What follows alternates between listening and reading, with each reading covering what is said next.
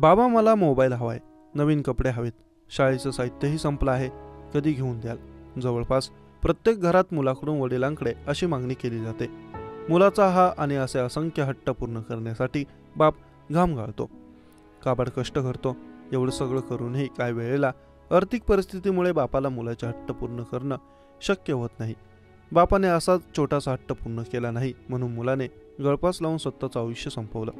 यात आणखी धक्कादायक बाब म्हणजे मुलाने ज्या दोरखंडाने गळफास लावून घेतला त्याच दोरखंडाने वडिलांनीही स्वतःला गळफास लावून घेतला आहे. नांदेड जिल्ह्यातील बिलोली तालुक्यात मिनकी येथे ही मन हेलावून टाकणारी घटना घडली. 43 वर्षांचे अल्पभूधारक शेतकरी राजेंद्र पैलवार यांच्या शेतावर 4 लाख रुपयांचं कर्ज होतं. कर्ज आणि सततची नापिकी यामुळे कुटुंबाचा उदरनिर्वाह करणे त्यांना कठीण जात होतं. राजेंद्र पैलवार यांचा 16 वर्षांचा मुलगा ओंकार पैलवार हा उदगीर येथे शिक्षणाला होता. मकर संक्रांतीनिमित्त तो गावाला आला होता. गावाला आल्यानंतर ओंकारने वडिलांकडे नवीन कपडे, शैक्षणिक साहित्य आणि नवीन मोबाईलसाठी पैसे मागितले. पण पैसे नाहीत, थोडे दिवस थांब, नंतर देतो असं वडिलांनी सांगितलं. त्यामुळे नाराज झालेल्या ओंकारने टोकाचं पाऊल उचललं.